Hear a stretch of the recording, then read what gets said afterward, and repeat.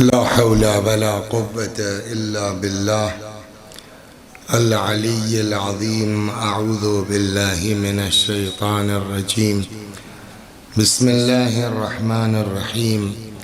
अल्हम्दुलिल्लाहि रब्बिल आलमीन बारिइल खलाइक़ अजमईन बाइसिल अंबियाइ वल मुरसलीन वस्सलातु वस्सलाम वत्तहिय्यतु वल इकराम अलल बशीरिन नज़ीर अस्सिराजिल मुनीर सय्यिदना व नबिय्यना व शफ़ीअना इंशा अल्लाह अबुल क़ासिम मुहम्मद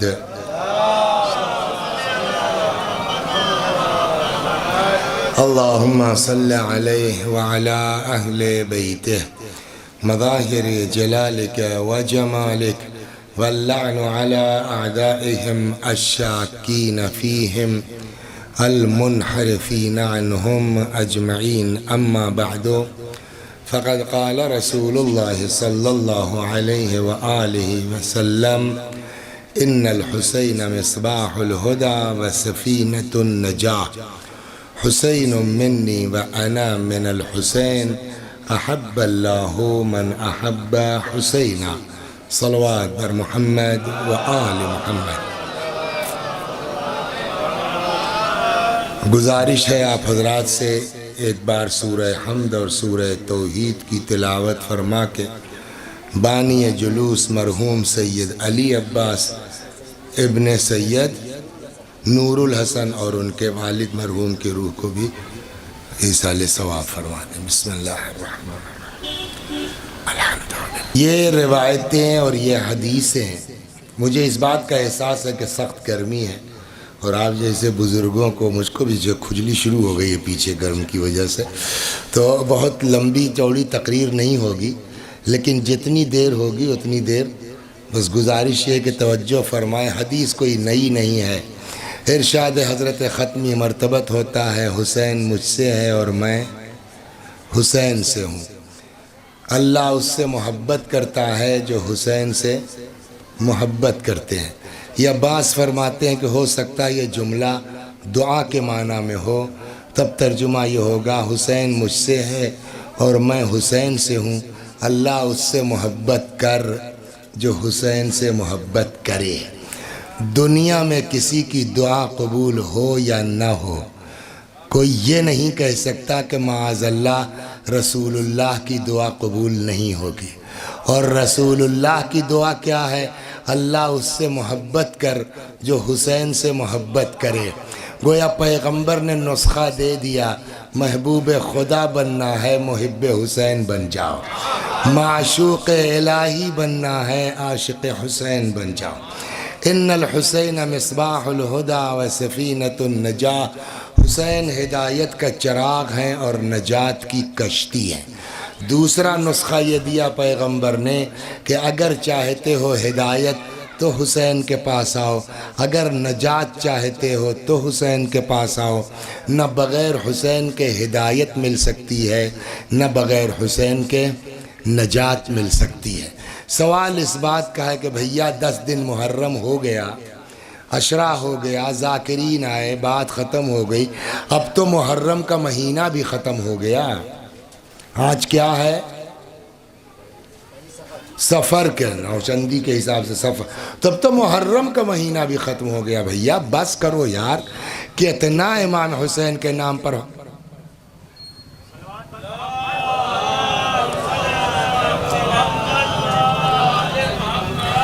नहीं मोहब्बत है इनकी, चलिए कर लेने दीजिए, लेकिन कुछ फ़र्क पड़ेगा नहीं, गर्मी बहुत है। हाँ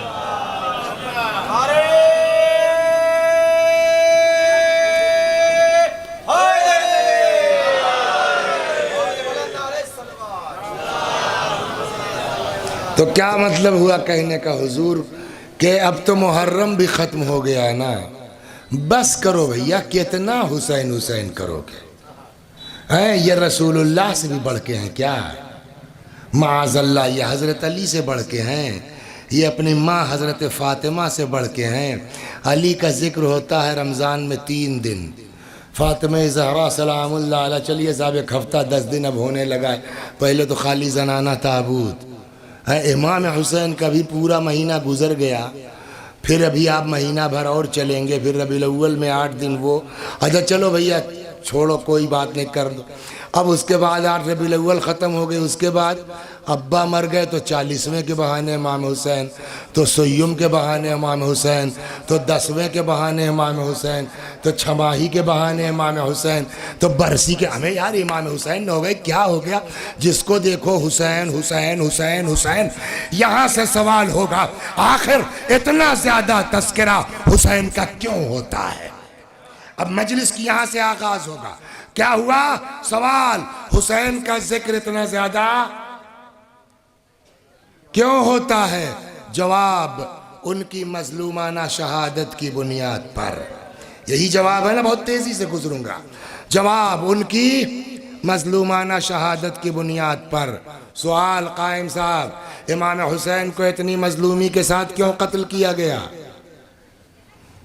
जवाब, एक शराबी कबाबी बेदीन ला मजहब लौंडा। ये लौंडा मेरा जुमला नहीं है, मैंने तो दोहरा दिया है, आप किताबें पढ़िए, उसमें यही लफ्ज़ लिखा है।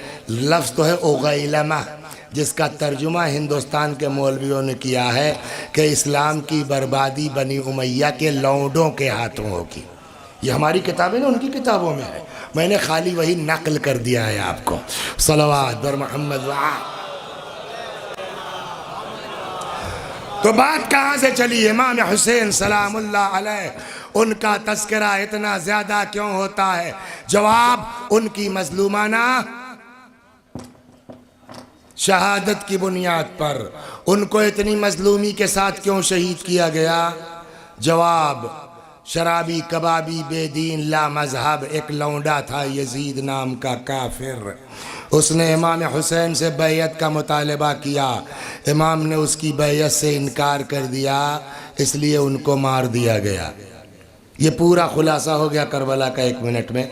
फिर सवाल, ये जो इमाम हुसैन ने बैयत से इनकार किया, जिसके नतीजे में आप कहते हैं कि कत्ल हो गए, उनको पता था कि बैयत से इनकार के नतीजे में मार दिए जाएंगे कि पता नहीं था? आपके सामने 2 ही रास्ता है, दोनों में शिया फंस जाएंगे। क्यों मारे गए हुसैन? जवाब, यजीद की बैयत से इनकार। जानते थे यजीद की बैयत से इनकार के नतीजे में मार दिए जाएंगे। अब क्या जवाब देंगे हम आप? हाँ या नहीं? हाँ कहते हैं तो फंसते हैं, नहीं कहते हैं तो फंसते हैं। का क्या मतलब? हमने कहा अगर हमने कह दिया हुसैन को पता नहीं था कि यजीद की बैयत से इनकार का ये हाल हो जाएगा, वो तो झटके में कह दिया, अब बाद में मालूम हुआ अरे यार ये तो ज़्यादा गड़बड़ हो गया। जैसे ही हम कहेंगे उनको पता नहीं था, फौरन इमाम की इमामत पर सवाल खड़ा हो जाएगा कि जिसको अपने मैटर नहीं मालूम है वो हमको क्या जन्नत तक पहुंचाएंगे। सलवात बर मोहम्मद। बहुत तवज्जो से सुनिए आप, जिनको अपने केस नहीं मालूम है कि यजीद की बैयत से नतीजे में हम मार दिए जाएंगे, तो यार उनको इमाम मानने से क्या फ़ायदा? जो अपने को न संभाल पाए वो हमको क्या जन्नत में पहुंचाएंगे? हड़बड़ा करके हमने कहा नहीं नहीं नहीं, इमाम को कुल पता था। जैसे ही हमने कहा इमाम को कुल पता था, तब फिर कहेंगे तब तो और इमाम नहीं रह पाएंगे। क्या मतलब? का इसलिए कि अगर पता था कि यजीद की बैयत से इनकार के नतीजे में मार दिए जाएंगे तो ये कुरान के ख़िलाफ़ किया है, और जो कुरान के ख़िलाफ़ करे वो इमाम नहीं हो सकता। बात समझ में आ गई? शिया दोनों केस में फंस रहे हैं, नहीं फंस रहे हैं? अगर आप कहते हैं कि इमाम हुसैन को नहीं मालूम था कि ये नतीजा निकलेगा, तब भी इमाम नहीं।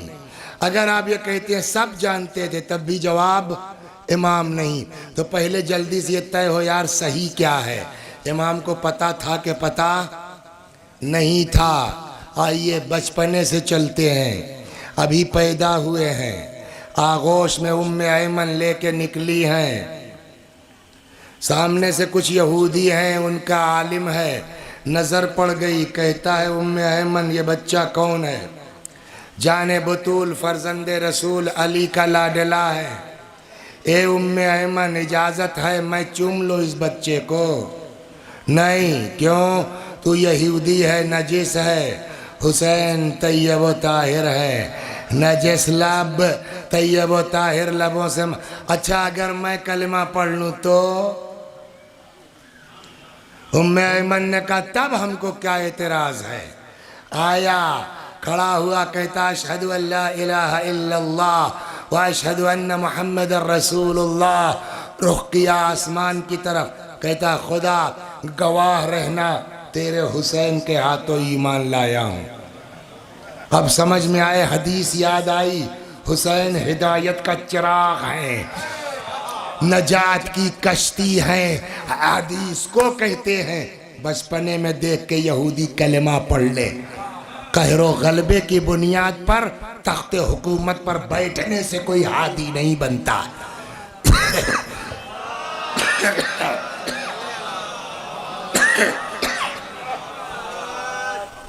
बात यहां खत्म नहीं हुई, वरना हमारे काम की नहीं थी। उसके बाद रुख करता है आसमान का, कहता पालने वाले गवाह रहना मैं तेरे हुसैन के हाथों ईमान लाया हूं। सवाल, बचपने में एक यहूदी को पता है कि इस बच्चे के साथ क्या होने वाला है।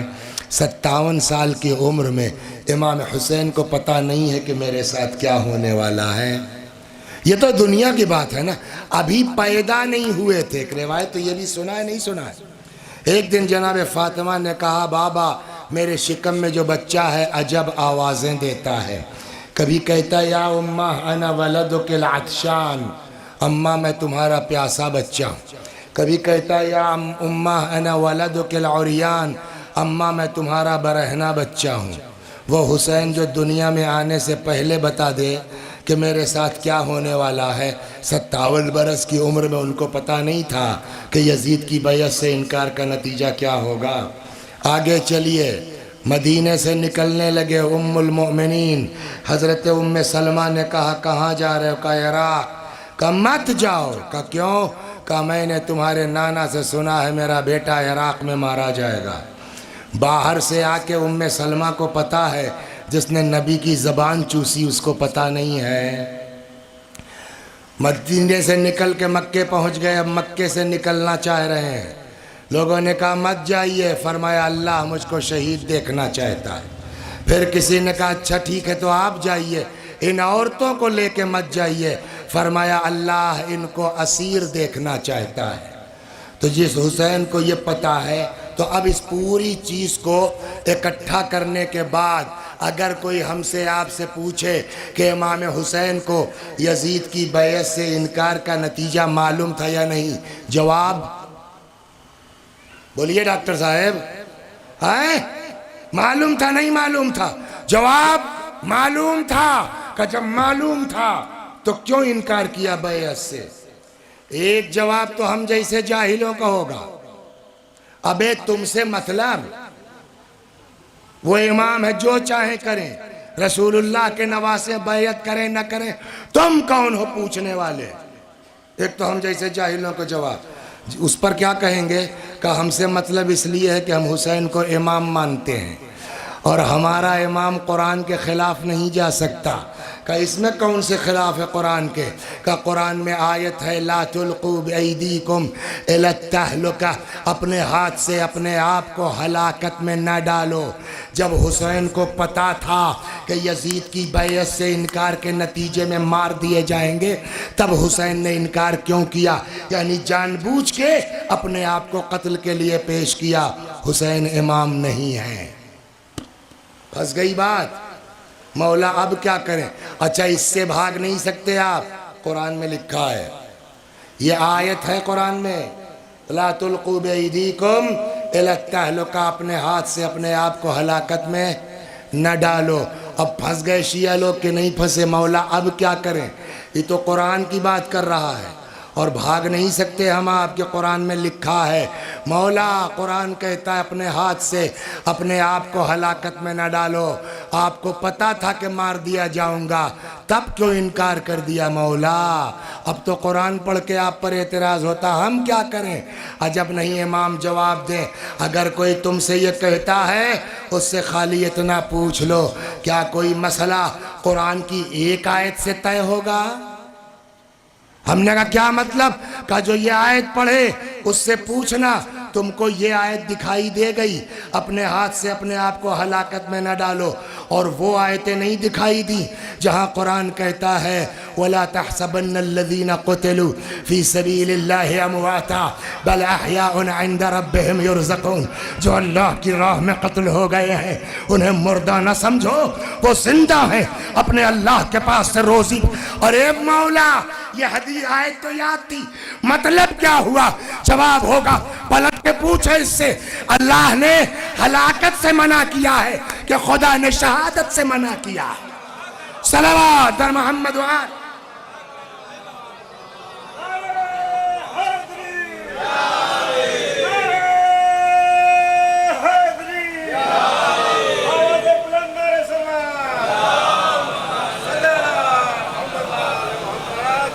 तो ये एक मुख्तसर जवाब आया ना। फिर वापस चलिए, इमाम हुसैन का तज़किरा इतना क्यों? उनकी मजलूमाना शहादत की बुनियाद पर उनको इतनी मजलूमी के साथ क्यों कत्ल किया गया? यजीद की बैयत से इनकार की वजह से। इनकार के नतीजा जानते थे का? बिल्कुल जानते थे। का तब क्यों इनकार किया? कुरान मना करता है अपने हाथ से अपने आप को हलाकत में न डालो।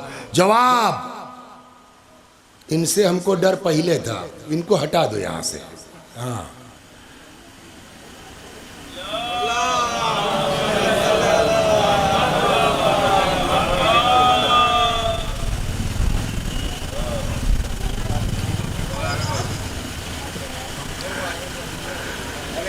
आगे न कीजिए, बंद ही कर दिए, कोई इतना फर्क नहीं पड़ने वाला इतनी गर्मी में। उसको बंद कर दिए, पंखा जाने दिया, ये तशरीफ रखिए। हाँ, मगर मजलिस न डिस्टर्ब, जाइए बैठ जाइए, आधा घंटा और लूँगा, ज़्यादा नहीं, बैठिए। ठीक है दरोगा जी, डिस्टर्ब थोड़ा कुछ हो रहा है, बिला वजह उठ के गए थे, बैठिए आप भी।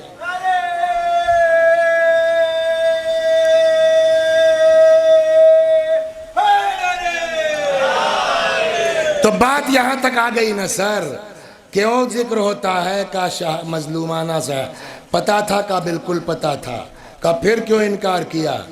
कुरान कहता है हलाकत में न डालो। जवाब, कुरान ने हलाकत से मना किया है, शहादत से मना। यहीं तक बात आई ना। अब सवाल, व्हाट्स डिफरेंस बिटवीन हलाकत एंड शहादत? ये आगे के जो 25 आदमी हैं, सिर्फ उनसे गुजारिश है हमारी तरफ देखिए, पंखा चले न चले बंद हो जाए, हमारी तरफ देखिए, बकिया वालों से नहीं मतलब। ये जो अगवा बैठे जब चकबकाते हैं ना तब डिस्टर्ब होता है आदमी। सलवात व मोहम्मद व आल।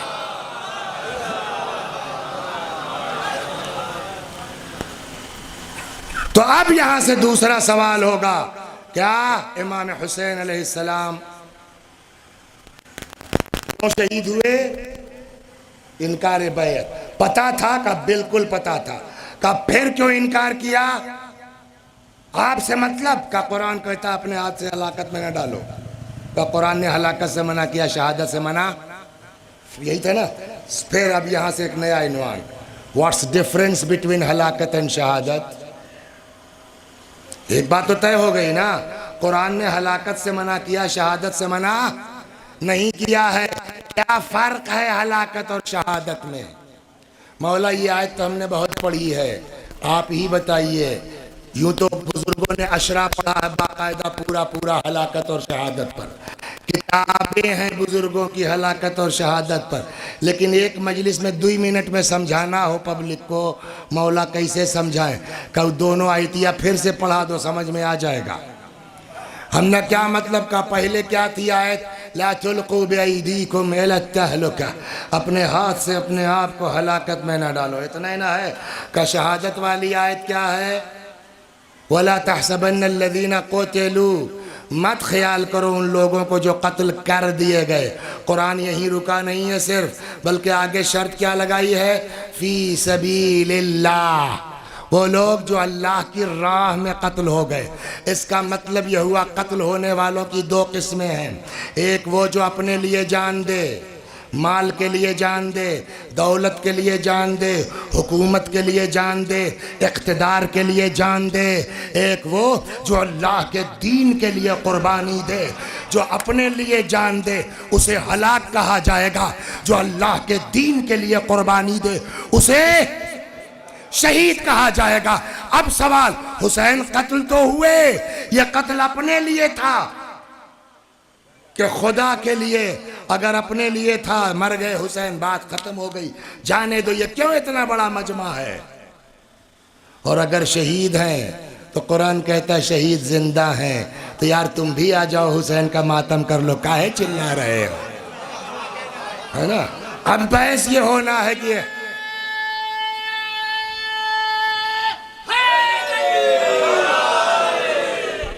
अब ये कैसे तय होगा कि हुसैन का कत्ल हलाकत है कि शहादत का? वापस चलो, कायम साहब, क्या है सबब कत्ल?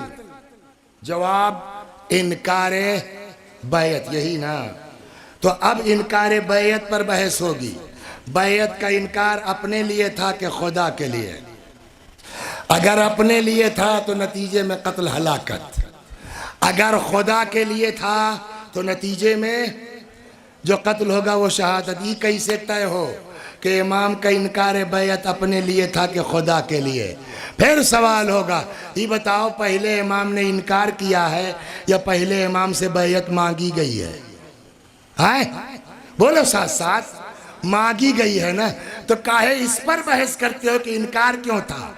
इस पर बहस करो ना, इसरार क्यों था? सलावत पर मोहम्मद, पहले इस पर बहस होगी ना। जिस मुंह में खुदा ने यह जबान दी है और ऐसा मान लेते इमाम हुसैन को इनकार क्यों था? तो जब अल्लाह ने जबान दिया तो इनकार तो बाद में हुआ है ना, पहले सवाल हुआ है। तो पहले यजीदवा से पूछो ना कि दुनिया बैत कर चुकी है। नहीं, हंसने की जगह नहीं है। जब से जाकिर नायक ने रजी अल्लाह कहा है तब से हमने यजीदवा कहना शुरू किया। काहे को छेड़ते हो भाई? सलावत पर मोहम्मद।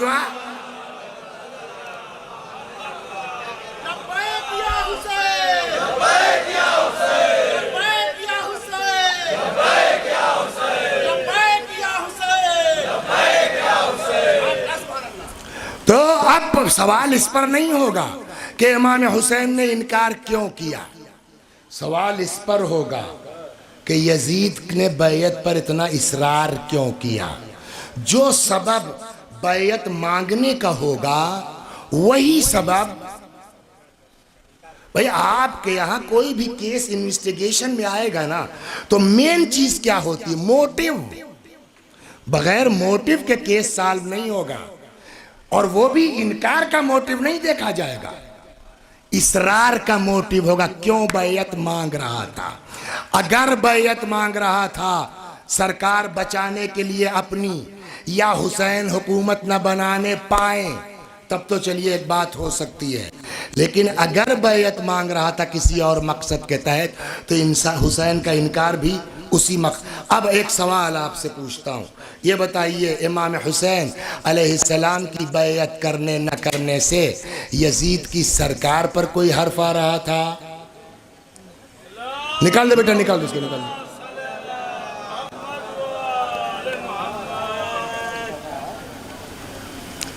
नहीं कोई बात नहीं, उसको वैसे ही रहने दिए, लगाइए भी मत, जाने दे, निकाल दो बेटा। हम तो कह रहे थे ना, पहले से कह रहे थे।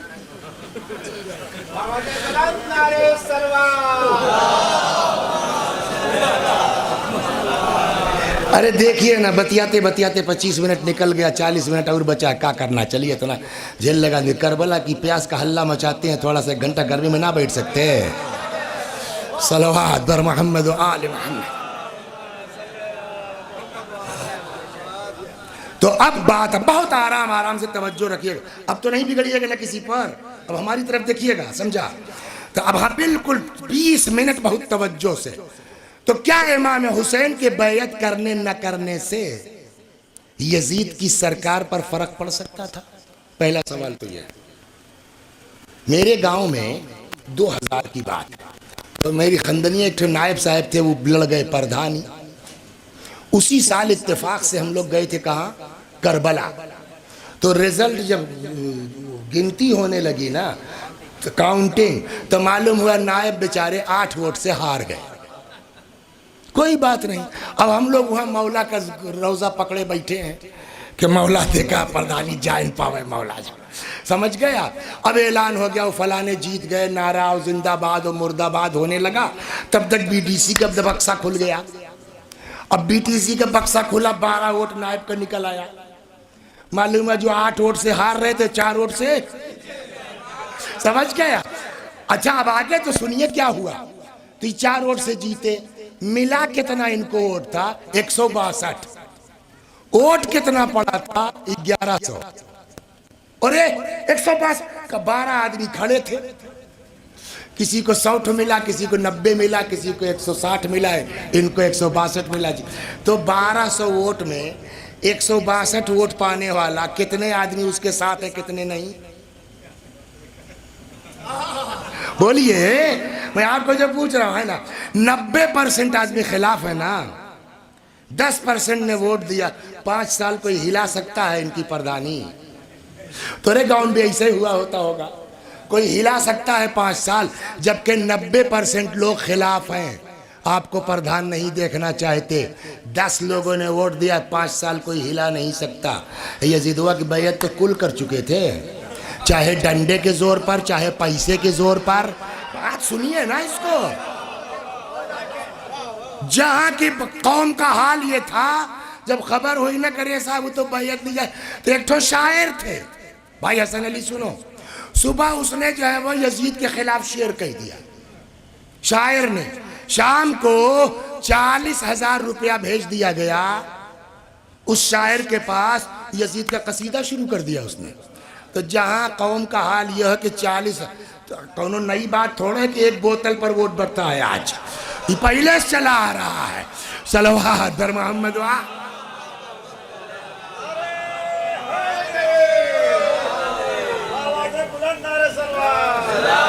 बहुत तवज्जो से खत्म किया मैंने। तो अब जो है वो सारी दुनिया यजीद की बैयत चाहे डंडे से, चाहे पैसे से, चाहे जैसे कर चुकी है। कई आदमी बचे हैं, इमाम हुसैन, समझ गया, जिनके लिए मेल लेटर आया, अब्दुल्ला इब्न जुबैर, अब्दुल्ला इब्न अबू बकर, अब्दुल्ला इब्न उमर, ये 3 आदमी। वो भी 2 का मामला कोई मैटर नहीं है, समझ गया। वो निकल लिए धीरे से, पता ही चला। किसी को अब्दुल्ला इब्न जुबैर, समझ गया। अई दूसर का जो अब्दुल्ला हुआ था, इसने खत लिखा कि we are with you all the way, ऊपर से कुछ अंदर से कुछ बात। एक ठो बचे इमाम हुसैन, एक इमाम हुसैन सलामुल्लाह अलैह अगर बैयत नहीं करेंगे तो ये इसी को समझाने की कोशिश कर रहा हूँ। बस 15 मिनट खाली मेरी तरफ मुतवज्जो हो जाइए, पूरे करबला का निचोड़ निकल आएगा क्या था।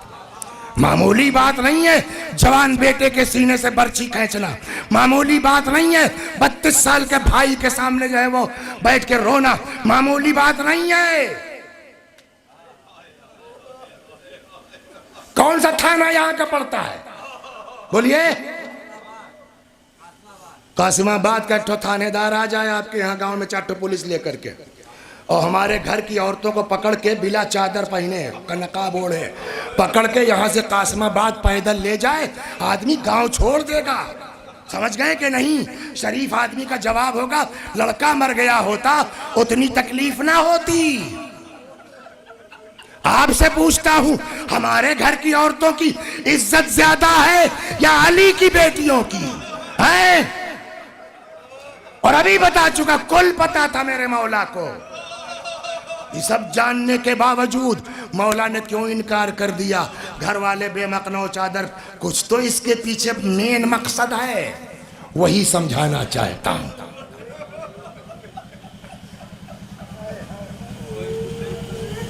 तो एक बात तो तय है कि इमाम हुसैन अलैहिस्सलाम के बैयत करने न करने से यजीद की सरकार को कोई फर्क बोलिए, नहीं पढ़ा ना भाई। इमाम हसन से सुलह हुई थी, उसके बाद इमाम हसन का इंतकाल हुआ शहादत सन 50 में। 10 साल तक इमाम हुसैन रहे ना, और एक को वो जो है वो सुलहनामे पर यजीद के बाप ने जो है अमल नहीं किया। इमाम हुसैन तोड़ सकते थे, नहीं तोड़ सकते थे बेटा। इमाम हसन ने सुलह की थी, हमने नहीं की। 10 साल तक इमाम हसन की शहादत के बाद इमाम हुसैन चुप थे कि नहीं थे? यजीद के बाप की सरकार को कोई फ़र्क पड़ा? आज क्या पढ़ने वाला था? इसका मतलब यह है कि मैटर सरकार बचाने का नहीं था, मैटर कुछ और ऊपर था। वो क्या था? एक कभी कभी क्या होता है बताएं आपको, आदमी के दिमागवा में बतिया होती है, वो कह नहीं पाता है। नहीं डॉक्टर साहब, आप लोग मोमिन लोग हैं, अगर दुआ कर दिए बैठे बैठे ना कि अल्लाह इसको तौफीक दे दे कि बता पाए, और उसके साथ साथ एक सलवात पढ़िए, 20 मिनट में आपको मैं पहुंचा।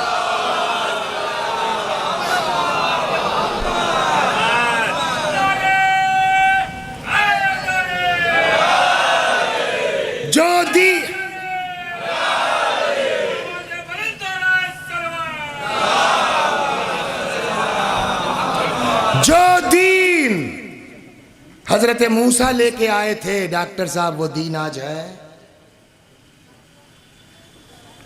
यस या नो में जवाब दिए। वो दीन है आज? नहीं। क्यों?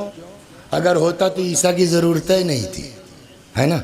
अच्छा बाबू बोलो, जो ईसा अलैहिस्सलाम दीन लाए थे वो है? नहीं है। होता तो रसूलुल्लाह की ज़रूरत ही नहीं थी। कायम भाई, ये दीन मूसवी और ईसवी मिटा कैसे? कोई जंग थी? नाम तो है, नाम से कोई मतलब नहीं है, कब कुछ नहीं। जो मूसा के अनुयायी थे ना, जो ईसा अलैहिस्सलाम के मानने वाले थे, वो उसी दीन में घुस के उसमें मेन पोस्ट प्ले करके जो मेजर प्रिंसिपल्स थे ना हज़रत मूसा और ईसा के, उसमें इतनी भयानक तब्दीली कर दी कि अब नाम से क्या होता है, मेन शराब जायज़ हो गई, बेपर्दगी हो गई, नंगे रहने लगो, बात ख़त्म हो गई, बचे क्या दीन है ना? संडे को एक दिन चले जाओ, थोड़ा सा दुआ पढ़ लो शमा जला करके, इसी का नाम दीन है। तो ये दीन ख़त्म कैसे हुआ? कोई लड़ाई झगड़ा कुछ नहीं। कहा जो इनके उलमा थे, जिनके हाथ में दीन था, उन्होंने दीन में घुस करके जो बुनियादी ढांचा था उसको इतना चेंज कर दिया कि असली शेप में दीन रह ही नहीं गया। अब जाओ अपने को मूसवी ईसवी कहते रहो, हो गई ना बात। अब इसको छोड़ दिया, भी वापस आता हूँ। पैगंबर आए, अब उन्होंने तबलीग शुरू की, मामूली अजियत हुई सहाबा को बहुत, और सहाबा इतने मजलूम है ना, अहले बैत की तरह ये भी कम मजलूम नहीं है बेचारे सहाबा किराम। इतना इनको सताया गया और आज उनका कोई नाम भी नहीं जानता। एक मजलूमियत सहाबा किराम की ये भी है बेचारों की कि जिनका जिक्र होना चाहिए उनको कोई जनबे नहीं करता। सलवात मैं आपको जो समझा रहा हूँ सुनिए आप। एक सहाबी थे जिनका नाम था हजरत खब्बाब इब्नुल अर्द। ये मुसलमान हो गए, मक्के की बात। इनका जो मालिक था ना, इनको नंगा कर देता था, आग जला के, जैसे आप लोग अंगारों का मातम नहीं करते वैसे ही जला करके जनाब खब्बाब को नंगा उसी आग पर लेटा देता था। खाल जलती थी, चर्बी पिघलती थी, चर्बी पिघल के जब आग में गिरती थी, शोले और भड़कते थे। बजाय चीखने के चिल्लाने के मर गए ना, बल्कि रिवायत कहती जैसे जैसे तकलीफ़ बढ़ती थी, खब्बाब इश्क में डूब के बस एक जुमला कहते थे, मोहम्मद मोहम्मद मोहम्मद। यह सहाबा किराम। ठीक, इतना ज़्यादा सताया, बहुत तेज़ी से गुजरूंगा, इतना ज़्यादा सताया कि आखिरकार अल्लाह मियाँ को कहना पड़ा, ए मेरे हबीब बस करो, अब ये मक्का रहने के लायक नहीं है, छोड़ दीजिए, चले जाइए मक्के से। और पैगंबर ने हिजरत कर ली। ये मक्के वाले समझ ही नहीं पाए कि क्या हो गया। अचानक मालूम हुआ सब निकल गए, गायब। अब क्या हो? का चढ़ाई करो उनके ऊपर। पहली जंग, क्या नाम है उसका? बद्र। समझ गए आप? ये तो इन लोगों से हुई, कुफ़ार से। फिर यहूदी आए, उनसे हुई, क्या नाम है उसका, खैबर।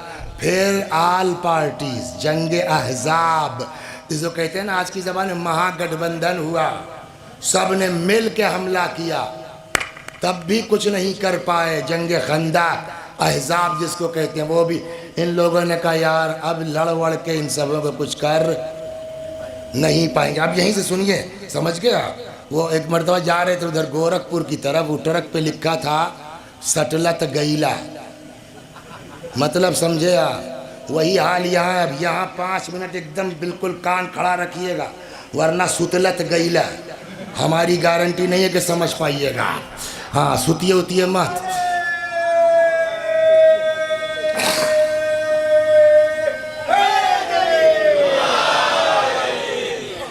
तो अब इनकी समझ में आया कि लड़के इस्लाम को रोक नहीं पाएंगे। इनके सामने 2 चीज़ें मौजूद थी, मूसा और ईसा का, कि कौन सी लड़ाई हुई। इन लोगों ने कहा अब लड़ना ठीक नहीं है, क्या किया जाए। कहा जो उन सबों ने किया वही करो।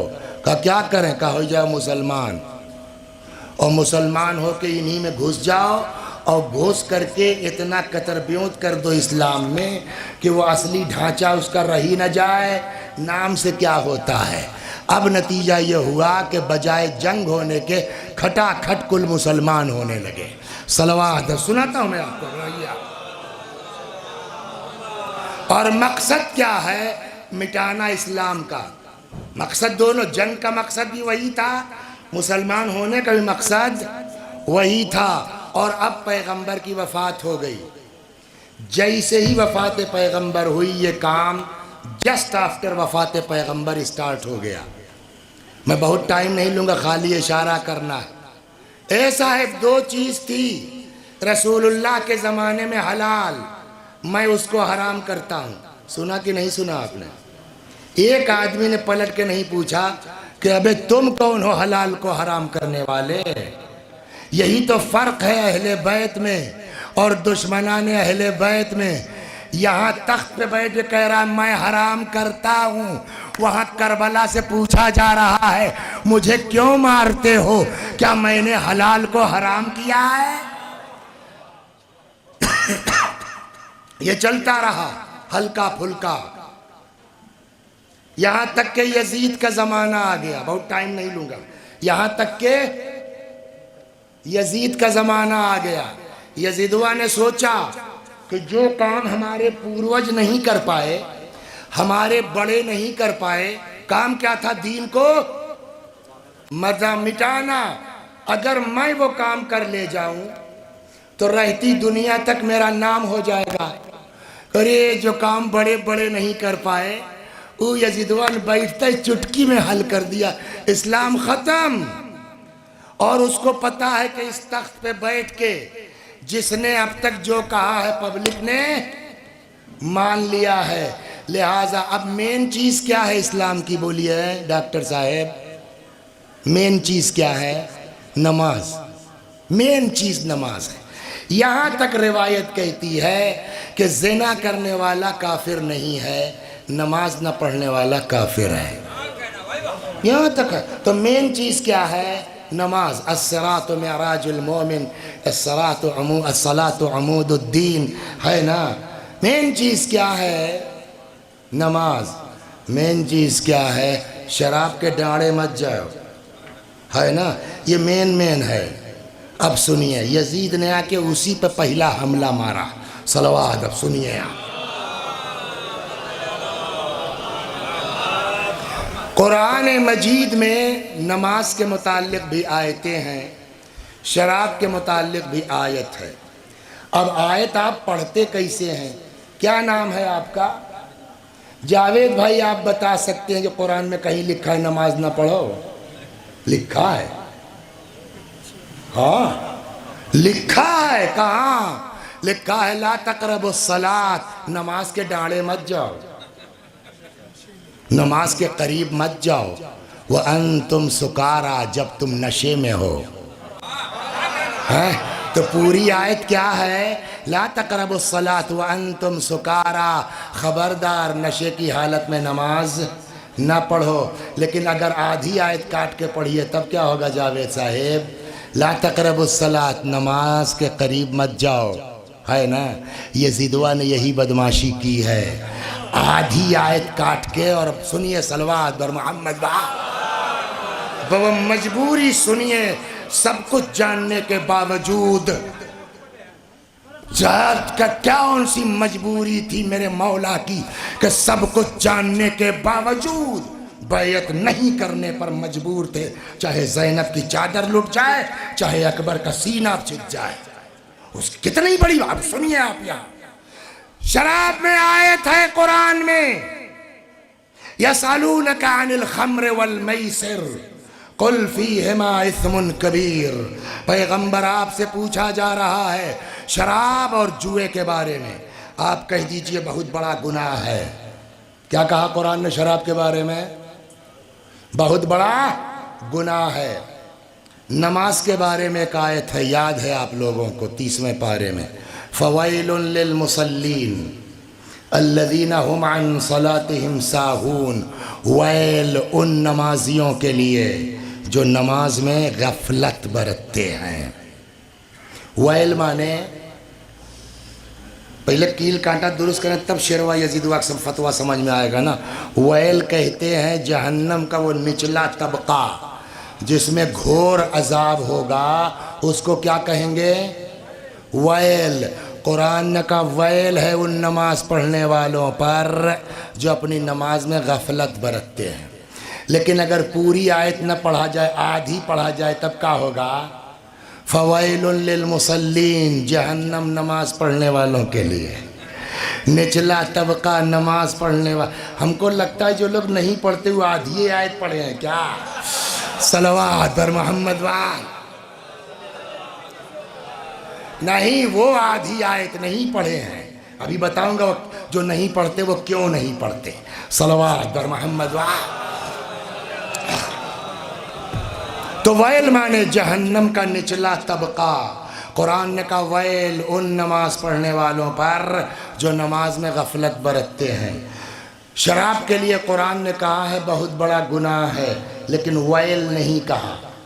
यजीद ने बदमाशी क्या की, वहाँ से नमाज वाली आधी आयत काटा और यहाँ से शराब वाली आयत लिया, दोनों मिला के अब शेर कहता। फतवा सुनिए यजीद का, कहता मा काला रब्बुका वैलुन लिल्लज़ी शरबा। ये यजीद का शेर सुना रहा हूँ आपको। मा काला नहीं रब्बुका वैलुन लिल्लज़ी शरबा, नहीं कहा है तुम्हारे रब ने। पहले तो यहीं रुक जाओ मौली साहब, तुम्हारे रब का क्या मतलब हुआ? कह नहीं सकता था मा काला रब्बी, नहीं कहा मेरे रब ने। क्यों कहा मा काला रब का तुम्हारे? तो इसका मतलब यजीद तो यहीं पकड़ा गया कि रब को अपना रब नहीं समझता था, अल्लाह को अल्लाह नहीं समझ। मा काला रब का वैलुन लिल्लज़ी शरबा, नहीं कहा तुम्हारे रब ने लफ्ज़ वैल उन लोगों के लिए जो शराब पीते हैं, बल काला वैलुन लिल मुसल्लीना, हाँ उनके लिए लफ्ज़ वैल ज़रूर कहा है जो नमाज पढ़ते हैं। यजीद का शेर ये है। फतवा समझ में आया डॉक्टर साहब यजीद का क्या हुआ? कि नमाज मत पढ़ो, कुरान मना करता है, खबरदार जहन्नम में चले जाओगे नमाज पढ़ोगे तो। और शराब साहब का कोई बात नहीं, पढ़ो वो पियो, कोई टेंशन नहीं है। यजीद का फतवा समझ में आ गया ना। इसी के बाद अगर हमको आपको तय करना हो यजीदी कौन है, हुसैनी कौन है, बहुत आसान है तय करना। हुसैन का सर कहाँ कटा? नमाज में। अब जो मस्जिद में नजर आए वो हुसैनी कहलाएंगे।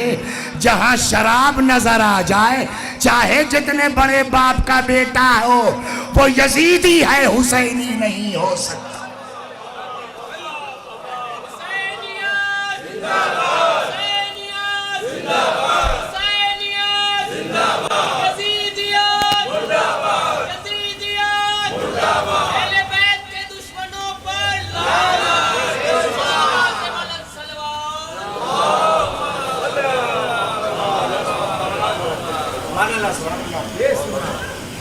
तो साहब अम्मा मर गई, पैदा हुए अम्मा मर गई, अब्बा की उम्र 30 साल की है, तो ज़िंदगी भर थोड़े रंडुए बैठे रहेंगे। तो अब्बा ने दूसरी शादी कर लिया। तो जो अब्बा ने दूसरी शादी किया वो क्या होगी इस लड़के की जिसकी अम्मा मर गई? हाँ क्या सौते अम्मा कैसे होंगे भाई? अम्मा तो मर गई, पहले ही कहा आपने ना। तो क्या कहलाती हमारे यहाँ उर्दू में? सौतेली अम्मा।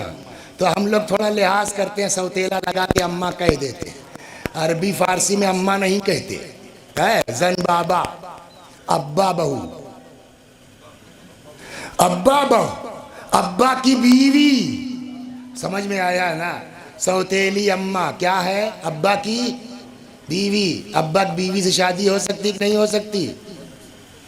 आए अब्बा की बीवी से शादी कर लेंगे? सौतेली अम्मा से शादी हो सकती है कि नहीं हो सकती? आए नहीं हो सकती ना। यजीदवा की बदमाशी सुनेंगे क्या है? वो कहता है कि बाप की बीवी से निकाह जायज़ है। नमाज पहले मना कर चुका पढ़ने को, शराब पीना जायज़ हो गया। तीसरा फतवा क्या आया? अब्बा की बीवी से निकाह हो सकता है। शराब एक जाम से दूसरे जाम में पलटिए झाग उठता है, समझे? बुलबुला। यजीदवा शेर कहता है ये मेरे जाम में शराब नहीं है, ये झाग और बुलबुला थोड़े ये हाजी लोग हैं जो काबे का तवाफ कर रहे हैं। हसन अली साहब, इससे ज़्यादा तौहीन और हज की हो सकती है काबे की? शराब के लिए कहते हैं जितनी पुरानी होती है उतनी तेज़ होती है, उतनी तल्ख होती है। जैसे सिगरेट नहीं होती, जो चार मीनार पीने वाले हैं उनको 555 थोड़े समझ में आएगी, है या नहीं है? वैसे ही शराब का हाल है। शराब जितनी पुरानी होगी उतनी तेज़ होती है। उसको उस ज़माने में कहते थे अजूज़, बुढ़िया शराब को, पुरानी को। यजीद ये पुरानी शराब हाथ में लेता था और कहता था ये मेरे हाथ में पुरानी शराब नहीं है, मैंने हूरों से बदला है, इसलिए वो सब भी पुरानी है, शराबों पुरानी है। आप बदतमीज़ी देख रहे हैं। तो यजीद कौन? अब सुनिए आप, बस ख़त्म हो गई बात। इधर इधर इधर बहुत गर्मी, अरे हमारी ओर ताको, इधर बात समझे। यजीद का क्या फतवा हुआ? नमाज न पढ़ो 1, शराब पियो 2, सौतेली माँ से निकाह जायज़ 3, हज का मजाक उड़ाया, हाजियों का मजाक उड़ाया, काबे का मजाक उड़ाया। देखिए इससे पहले वालों लोगों ने जो बदला था वो हल्का फुल्का था, चल गया, लेकिन कहीं ना कहीं यजीदवा को डर था कि यार नमाज को मना करेंगे, शराब को जायज़ करेंगे तो कहीं पब्लिक खड़ी ना हो जाए। अरे यार हो देखो यजीदवा को, शराब को जायज़ कह रहा है, नमाज को मना कर रहा है। तो अब तक हल्के फुल्के में तो लोग चुप हो गए। मेरे खिलाफ हंगामा हो सकता है, बगावत हो सकती है, इनकलाब की आवाज़ उठ सकती है, लिहाजा कोई ऐसा आदमी ढूंढो जिसके घर से दीन चला हो, जिसके घर से मजहब चला हो, जिसके घर से शरीयत चली हो, उसको दबाव बना के उससे कहो बैयत करके चुप हो जाए। जब पब्लिक हंगामा करेगी तो हम पलट के कहेंगे अबे तुम लोग क्या, जिस हुसैन के घर से दीन चला वो तो बैयत करके चुप हो गया, तुम कौन बोलने वाले? अब समझ में आया हुसैन से बैयत क्यों मांगी जा रही है?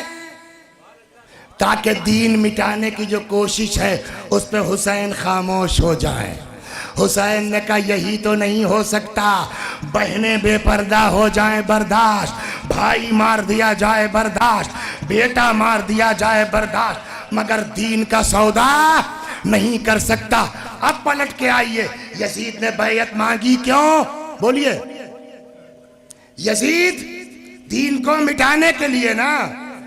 अब जो बैयत मांगी गई काहे के लिए? दीन मिटाने के लिए।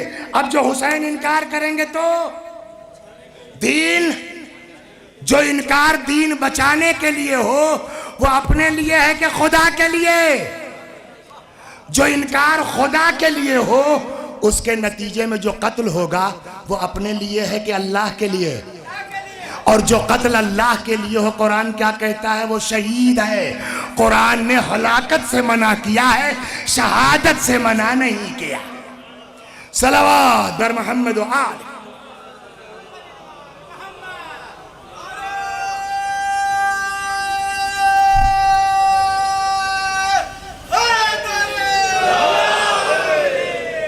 बस आखिरी बात, अब अगर कल को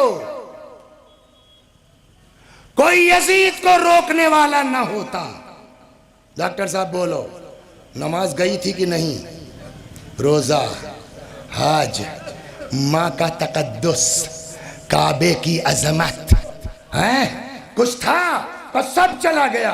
किसने बचा के दिया? हुसैन ने। कुरान कहता है हल जज़ाउल एहसान इल्लल एहसान, क्या नेकी का बदला नेकी के अलावा कुछ है? का क्या मतलब? का ये इस्लाम बचा के किसने दिया? का हुसैन ने। का तो मुसलमान बाद में होना, हुसैन का शुक्रिया पहले अदा करो। कऊ कैसे होगा? कहाँ से आ रहे हो? कल्ले साहब नमाज का टाइम था, मस्जिद से आ रहे हैं, नमाज पढ़ के मस्जिद से आ रहे हो, नमाज किसने बचाई? कहा हुसैन ने। हमने कहा नमाज पढ़ लिया, कहाँ? का शुक्रिया अदा करो। का कहाँ मिलेंगे, कैसे शुक्रिया अदा करें? हमने कुछ नहीं करना है, जब नमाज पढ़ चुके ना, बखाली वही मस्जिदिया में खड़े होके अल्लाह का रुख करके एक बार कह दो अस्सलामु अलैका या अबा अब्दुल्लाह। ये नमाज के बाद जियारत नहीं है, ये हुसैन का शुक्रिया।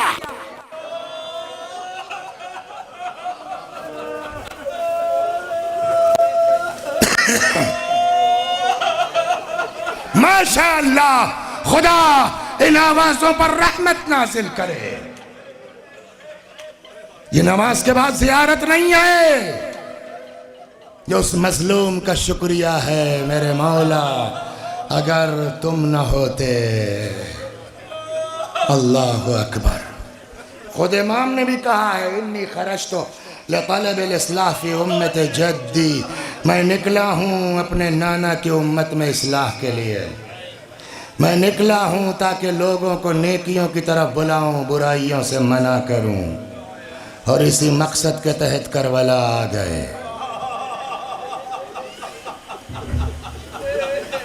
घेर लिया गया, तुम्हारे इमाम को घेर लिया गया। पानी खत्म हो गया, जवाब मिला जानवर पी सकते हैं, कुत्ता सूअर पी सकते हैं, तुमको नहीं पीने देंगे। ये मामूली मजालिम नहीं हुए हैं करबला में। यहाँ तक के आशूर का दिन आ गया। एक बार तो इन सबों ने हमला किया, 35 आदमी तो सुबह सुबह नमाज के बाद मार दिए गए एक साथ। अब छोटी सी सिपाह बची है, हैं? एक एक करके मैदान में जा रहे हैं, मारे जा रहे हैं, एक एक करके, दो दो करके, हैं? यहाँ तक के सब चले गए। रिवायत कहती फनज़र यमीनन व शिमाला, इमाम ने दाएं देखा बाएं देखा। इसी तरफ मीरनीस ने इशारा किया है, न आसरा था कोई शाह करबलाई को, फ़कत बहन ने किया था सवार भाई को।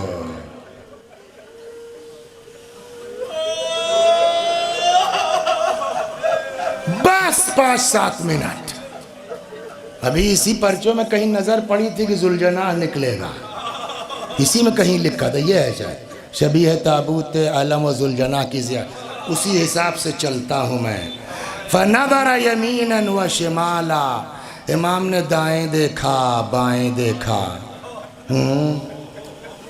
सवार हुए जुलजना पर। कहते हैं अभी चंद कदम चले थे, पीछे से आवाज़ आई कानों में, महलन महला यब्न ज़हरा, महलन महला यब्न ज़हरा, ए ज़हरा के लाल धीरे धीरे, ए ज़हरा के फरजंद आहिस्ता आहिस्ता। अरे मुड़ के देखा बहन चली आ रही।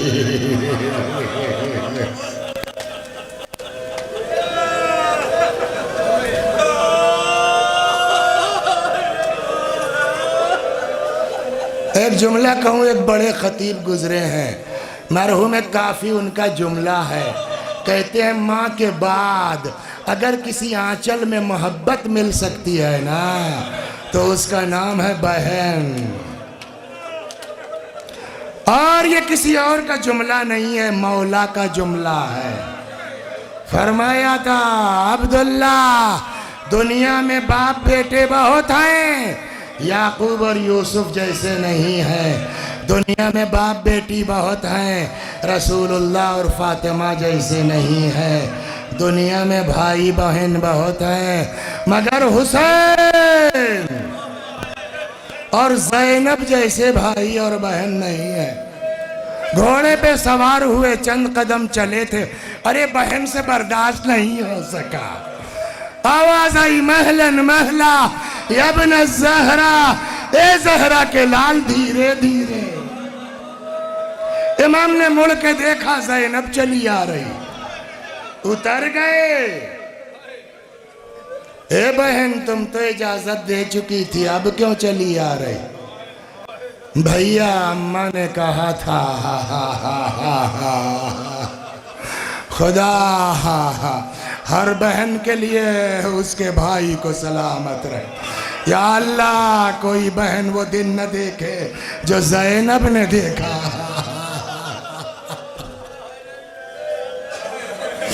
ए भैया, अम्मा ने कहा था मेरे लाल के गले का बोसा ले लेना। ए भैया बंद कबा खोलो। पढ़ना आसान है, सुनना आसान है।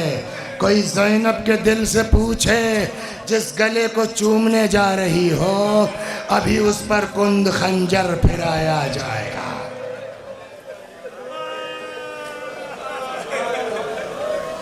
बस बहुत तुलानी नहीं करूंगा। अच्छा भैया जाओ, खुदा हाफिज। हुसैन मैदान में आ गए, खत्म कर दिया मैंने। लड़ते लड़ते एक वक्त वो आया जब आका से घोड़े पे संभला न गया। मेरा मौला जमीन पर आ गया।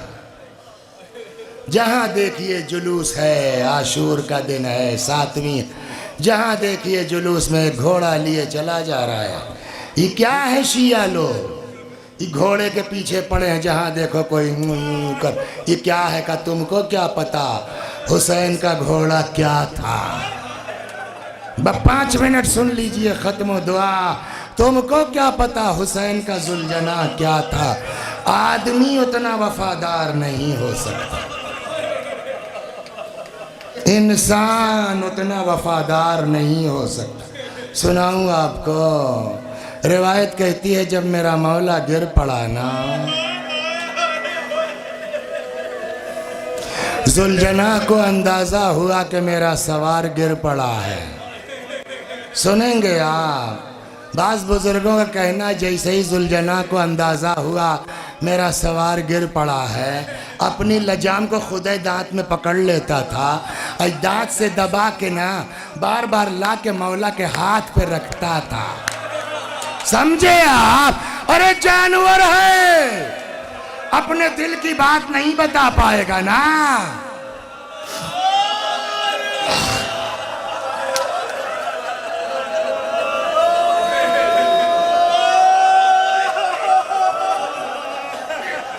मैं आगे पढ़ देता मगर आपको शोर, आपका गिरिया देख के दिल चाहता है मसाइब रोक के एक हदीस सुना दूं। बड़ी तूलानी है, एक लफ्ज उसका।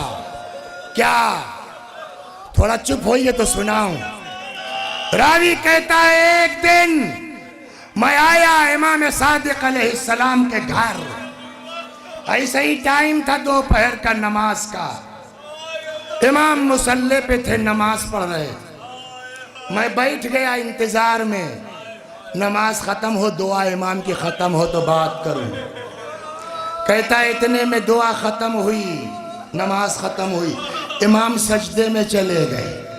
फिर वह कहता मगर सजदे में जाने के बाद फिर बड़ी लंबी दुआ। और अब जो सजदे वाली दुआ है ना, अपने लिए नहीं आपके लिए है।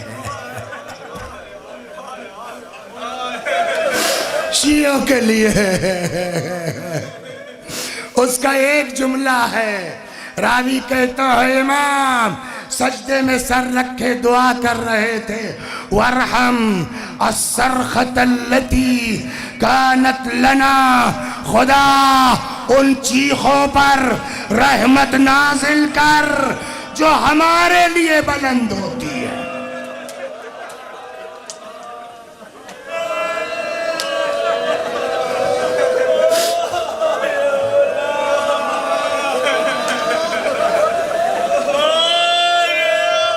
सरखा जो है आम बुका, बुका तो अरबी में है ना। इमाम ने नहीं कहा हमारे ऊपर रोने वाले ना, वरहम अस्सरखत, ओ चीख जिसको हमारे देहातों में कहते हैं ना भुकार छोड़ के रोना जो कहा जाता है, मतलब यह है चीख के रो, बैन करके रो। खुदा इन आवाजों पर रहमत नाज़िल फरमा। कहते हैं जैसे ही जुलजना को एहसास हुआ मेरा सवार गिर पड़ा है, लजाम दबाता था, ला के बार बार इमाम के हाथ पे रखता था। वो जानवर है, वो तो नहीं बता पाएगा ना दिल की, हम आप समझ सकते हैं ना। समझ में आता शायद जुलजना ने सोचा हो अगर एक बार लजाम पकड़ के ये सवार हो जाते, मैं दौड़ के इनको ज़ैनब तक पहुंचा देता।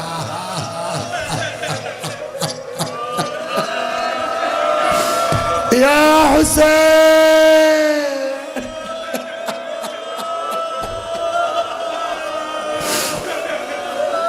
जज़ाकुम रब्बुकुम।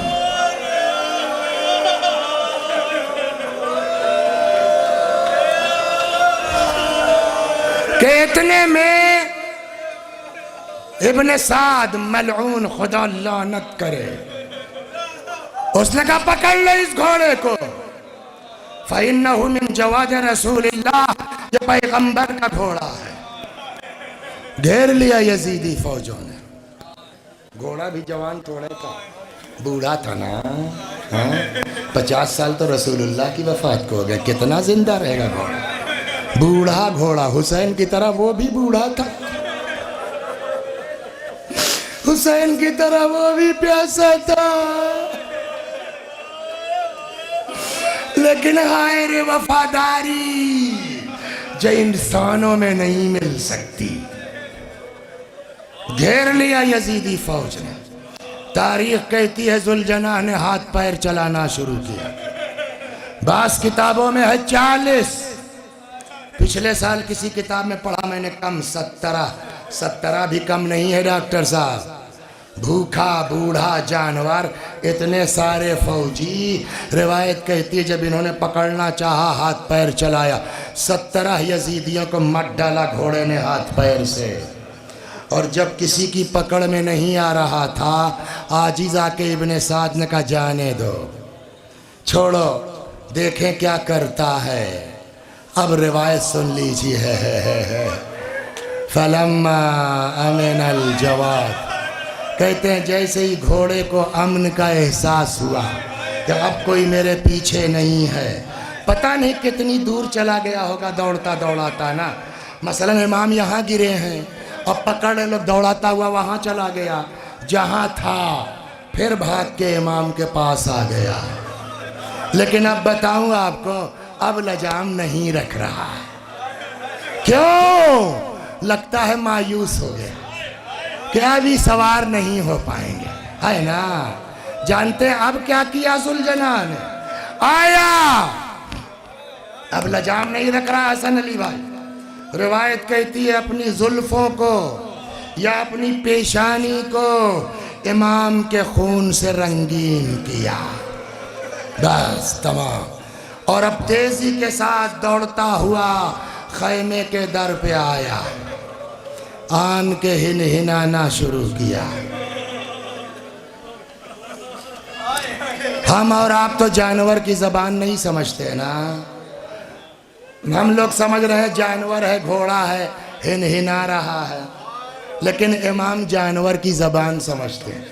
बताऊं, 5वें इमाम ने बताया है, हिनहिना थोड़ी रहा था, इमाम बाक़िर अलैहिस्सलाम कहते हैं घोड़ा दर खैमा पे आन के अपनी ज़बान में कह रहा था अज़्ज़लीमा अज़्ज़लीमा मिन उम्मतिल क़तलत इब्नु बिन्त नबिया। अरे कितने जालिम हैं ये लोग, कितने जालिम हैं ये लोग जिन्होंने अपने नबी के बेटी के बेटे को मार डाला।